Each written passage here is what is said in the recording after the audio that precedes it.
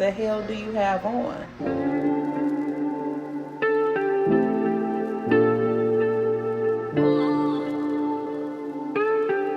Ladies and gentlemen, welcome to a Connoisseur's Conversation. Today, we're diving into one of the most opulent and rich and polarizing fragrances in niche perfumery right now, I must admit. I can't say that. You know what, I'm going to say this.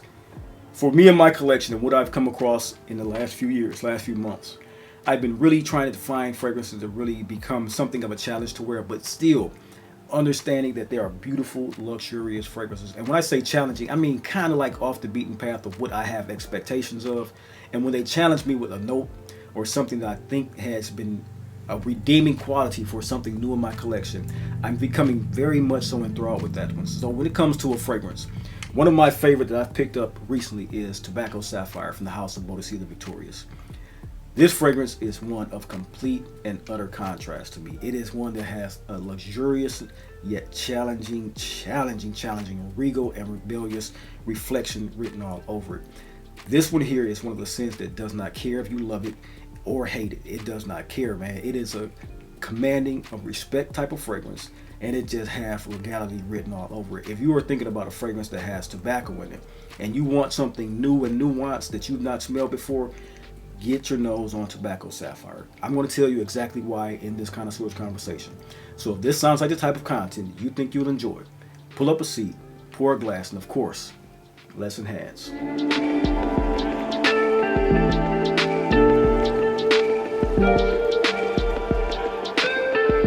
Welcome to the Dry Down, the lifestyle channel where we as enthusiasts aspire to enhance and elevate our olfactive sensory experiences through the understanding of the different aromas, facets, and nuances of scent, cigars, and wines. I'm your host, Chris. Welcome to today's wonderful experience in fragrances. This bold take I'm about to talk to you about right now is Tobacco Sapphire. I want to break this particular fragrance down, the beauty of it, the polarization of it, and the creativity of it for the house of Boadicea the Victorious. I want to talk to you about the composition, the actual sillage and projection. That's the performance. I want to talk to you about the packaging. I want to talk to you about everything that I've always talked to you about when it comes to a connoisseur's conversation. We're going to dive right in without any interplay, any fluff. We're going to just get right into what it is to have an enjoyable scent and a polarizing scent, like I stated, of Tobacco Sapphire. So let's get right into it with the scent. So first off, let's get right into how we always do, the composition of the fragrance. This one here, I'm going to spray a couple blotters with this one that you know. I want to get the scent profile in totality on this scent. I don't want to smell it just off the blotter. I want to really come with a commanding essence of what it is this scent is on my actual body. Now I'm wearing the fragrance today, so I have the complete and utter dry down all over my body and on my hands. So spraying a fresh scent strip is just going to be something wafted in the air to give me a real recollection of what it is. Tobacco Sapphire opens to me with a burst, just a fiery burst of spicy warmth. It's one that has saffron, it has cinnamon, and has cardamom weaving together in this fiery elegance that you don't pick up often in fragrances.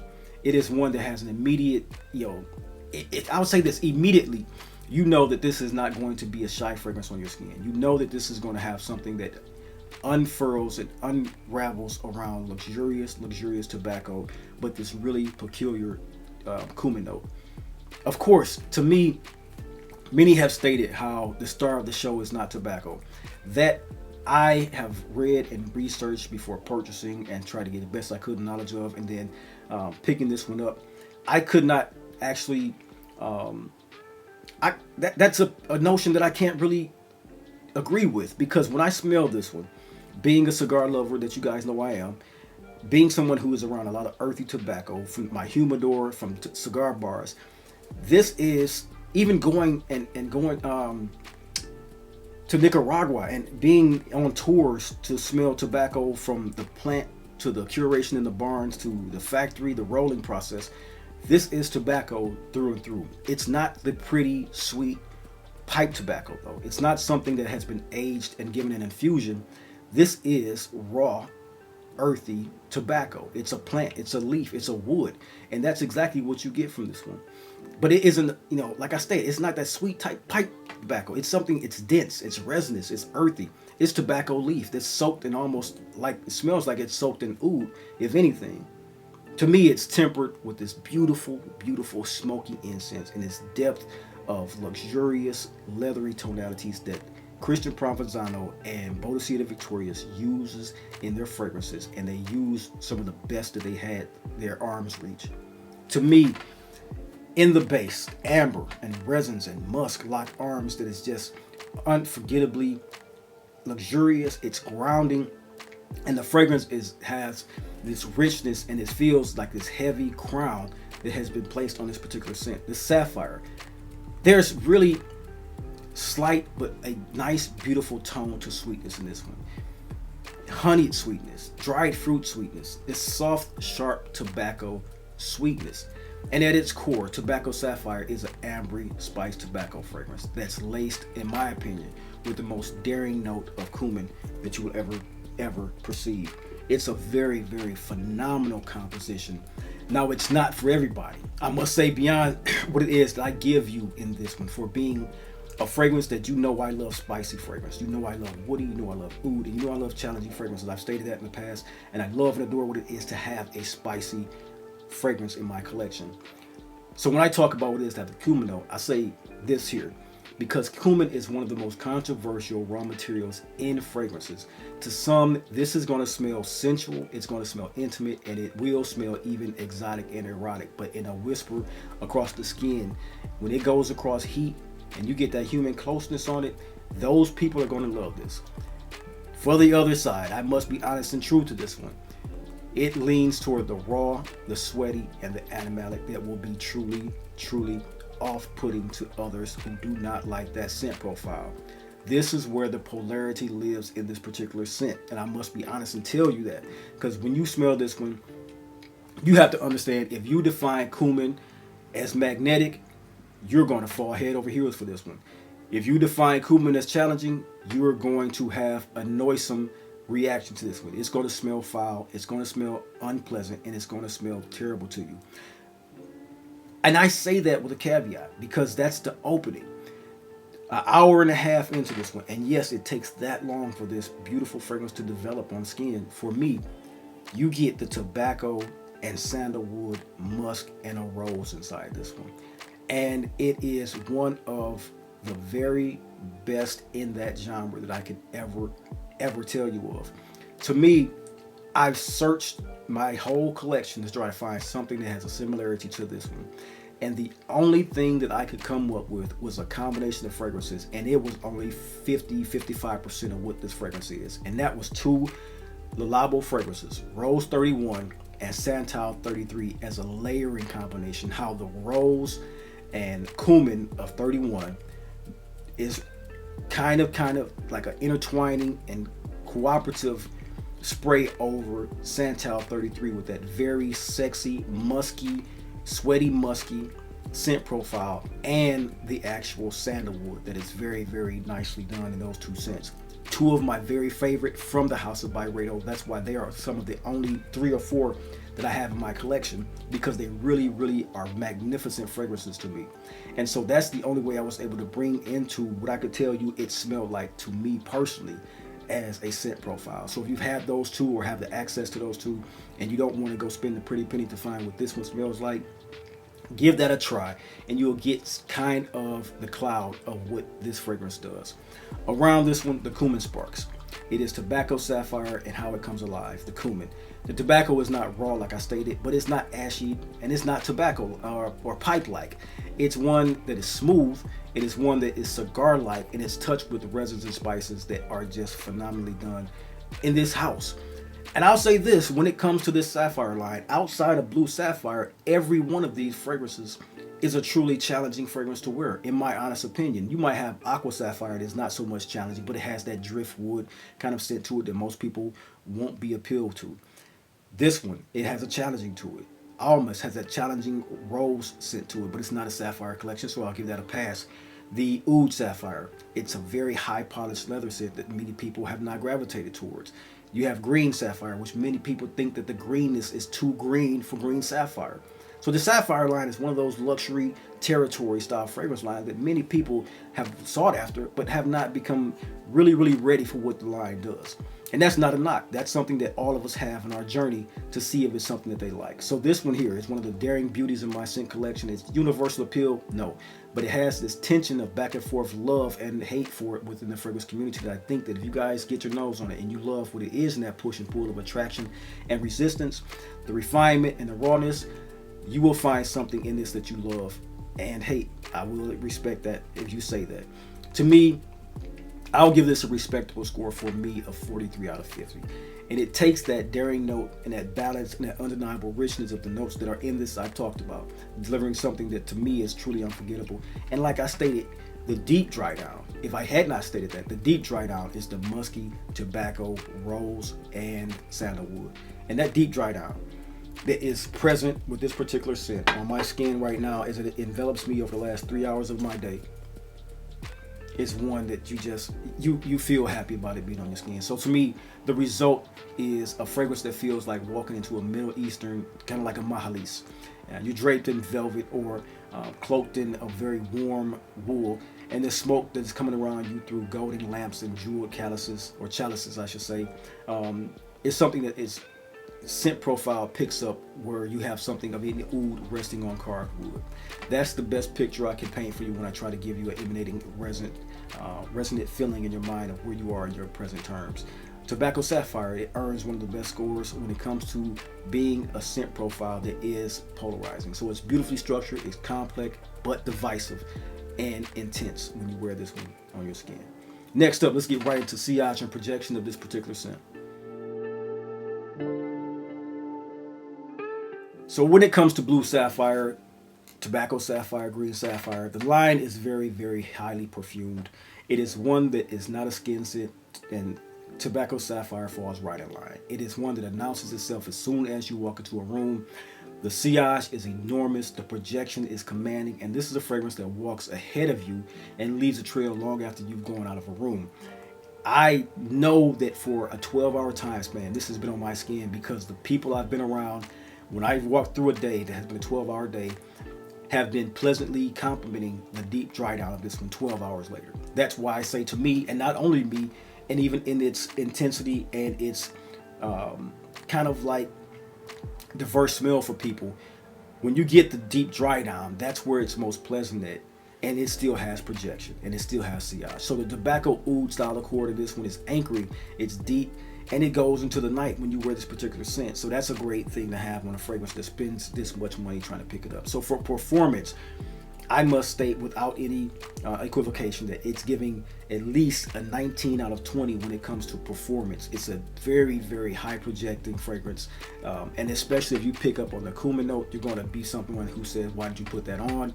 If you don't like it, if you love it, you're going to be, why did you put that on? Come here. That's the type of get you're going to get from your lady.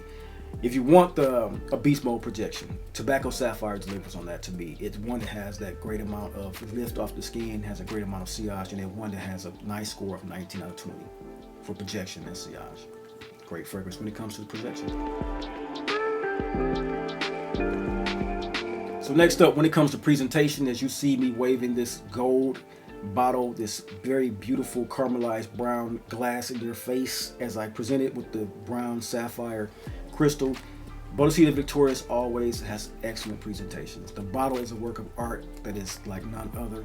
This broad, beautiful Celtic shield on it with the adorning of the brown sapphire on it. Its intricate Celtic work is just beautiful. And this one has that knot work on it that is not like all of the other bottles. The Sapphire line has one of the best shields. It has the tobacco colored jewel on it, which is very, very nice and gives you exactly pointing at what it is to have in this fragrance, which is that cumin brown, cumin smell, spices, tobacco, and woods. It finishes with an eye-capturing look on your shelf. Very, very intriguing to have this particular bottle on my shelf, and I love what it does. Of course, it has the back gold black plate on it, and it is one that presents luxury when you think about it. Houses like this have an ethos of nobility, and they've not skimped on what it is to have a presentation that comes with the heritage of their line when it came to Tobacco Sapphire. This brown glass is very, very beautiful to look at on your shelf. I would say if you have not seen this in person, think of the original Time Ford brown bottles with a lot of translucent or transparency to it. That's the coloration that you get from this one. None like I have in any of my collection at all. This brown is very, very specifically eye-catching because I do not have any bottle that looks like this on my shelf. This is Tobacco Sapphire's presentation. Of course, the box is one of a sleeved wood box that pulls up. It is not one that opens like the actual new, I guess like a book or a encasing. It's one that has the sleeve, that had the satin bed with the red box cover. I'll put pictures of that up as well. So this is the presentation. 9 out of 10. I'm not giving it any less. Next up, when we talk about the wearability and seasonality of what it is to have Tobacco Sapphire, it's a very polarizing fragrance, like I stated before. It wears polarizing. It's one that you have to have as a very intentional scent. It's not going to be an everyday fragrance. So don't fool yourself with picking this up and thinking you're going to have a tobacco fragrance that's an everyday scent. It's not. It's heavy, it's resinous, and it demands the right setting and the right person, I would say, as well. So it's perfect for fall and winter, for formal events, for very grand occasions, very black tie gala styles, nights out. I would say even if you are a fragrance lover and you're daring enough to wear this to a lounge or a club, especially a lounge, this is going to go off well. A club, if it's going to be a youthful club, I would say this is not the perfect scent for that. It's not sweet enough to be youthful, alluring. But if you're going out to a lounge or a club, where like a jazz lounge or a somewhere where I love to go, which is the orchestra, like the Detroit Symphony Orchestra, that's the perfect place to wear this. When you're wearing your autumnal colors and you wear this particular scent, you're going to come off as one of the best looking and smelling people in that arena, because the way it presents itself and that sophisticated style and manner, and the projection off the skin is just luxurious smelling. And then within an hour or so, like I said, that daring part of Cumin goes down. So the wearability and demographic of this one is just, or the seasonality of this one is just well made for the mature crowd and people who understand perfumery and what it does on skin as a mature crowd. So I would say if you were 30 and up, 35 and up, reach for it. If you're younger than that, this probably will not at all be up your wheelhouse. So for me, when I think about this, would I wear this casually or in warm weather? I don't think so. No, not at all. It's too much. It's too much for those two particular scenarios, casual or warm weather. No. But I still, in that, give this a nice mid-tier score of 9 out of 15, because it's incredible in the moments in which you want to wear something, but it's limited in its very useful utilitarian versatility. But beautiful it is, man. So think about that as a 9 out of 15 when you talk about wearability and seasonality, because it's one that is very much so confined to a cool weather fragrance, and actually somewhere I would love to wear to events. Now, you wear your fragrances when and where you choose to, but giving specificity to what it is I wear mine for, or when would I wear it. I will wear mine, like, I love scents like this. Like if I go out to off the beaten track, like if I go out somewhere with my family, my young children, my older children, my family, my mom, we love to do things here in Michigan, like go out to the orchards and go out and pick Christmas trees. This is the type of scent that I would love to wear that way, because it's so memorable that if you're with your family and wearing this particular scent, not only when you put it on, it gives you that reflective moment of that scent memory, but it gives them the scent memory when you do wear it around them. And it's perfect for cool weather, around campfires, around just family. You know, you're hearing the Michigan football game in the background on Saturday morning, and you're out at the orchard, and you have the chainsaws going in the background, the family's rushing around. It's a pleasant scent. I'm reminiscing about times that I've had with my family, and that's one thing about the scent memories that you do have. And I think that this one will be a pleasant one to create a scent memory around in your family. This is Tobacco Sapphire. When it comes to my impressions and final thoughts on this particular scent, this is one here, behind it, I'll say this is the real story. Tobacco Sapphire is not for everyone, but someone will find it intoxicating. Rich, deep, and sensual. That's what you get from this one. That's what people will present to you in their interaction with you. But others will find this truly overwhelming and boisterous, cloying, and sometimes even abrasive, I would think. And that's the beauty of it. That's the beauty of perfumery. That's the beauty of this art. That's what we are in this for. It's supposed to be divided. It's supposed to be somewhat not divisive, but everyone is not going to love everything that's in front of them. Demographically, this leans masculine. truly masculine. I would say 90%, but it's absolutely wearable for a woman who embraces bold, smoky scents. If you're a woman who loves that type of rich, smoky scents, or even my sisters of the leaf who love tobacco fragrances and tobacco smoking, you're not going to be off-put by the pungent smell of what it is to have tobacco sapphire on your skin as well. It's one, it's for the extrovert. It's one that's for the confident. It's one that for the wearer who just wants to wear something of a fragrance that makes a statement, and they love to make statements. For impressions on that, I would give this a 4 out of 5 because the compliment factor on this one, while it isn't universal, it is a memorable and undeniable memorable style of fragrance. That's what I think about the demographic and the wearing impression of this one. Undeniably memorable. Love the scent off the scent strip. Love it off my skin. Man. So guys, in total, Tobacco Sapphire scores 85 out of 100 on my Connoisseur scale. It's a fragrance that has a sapphire richness, the majestic daring and polarization of what it is to have a Boadicea the Victorious sapphire fragrance. Ladies and gentlemen, as always, I want you to remember that scent is memory, collecting is legacy, and that community is culture, and we here at the Dry Down, we are the culture. You guys, remember, stay bold, stay blessed, and stay balanced, and keep enhancing, and I will see you in the next video.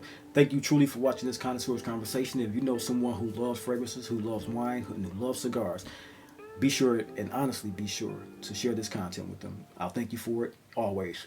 Till next video, till next time. You have a blessed day, and I'll see you then. Peace.